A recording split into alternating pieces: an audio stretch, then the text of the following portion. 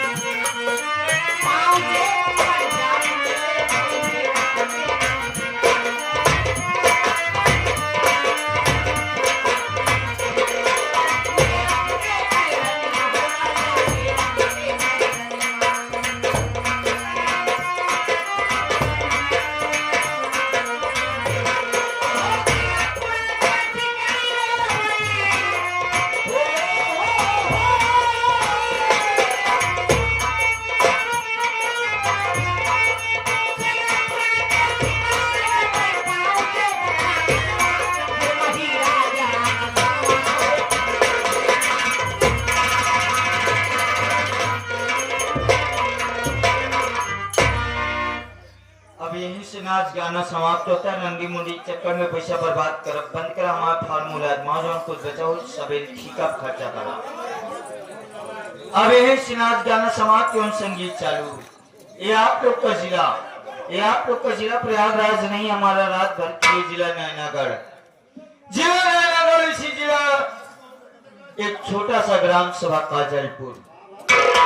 काजलपुर के रहने वाले जाने माने रंगबाजों में रंगबाज, खतरनाकों में खतरनाक।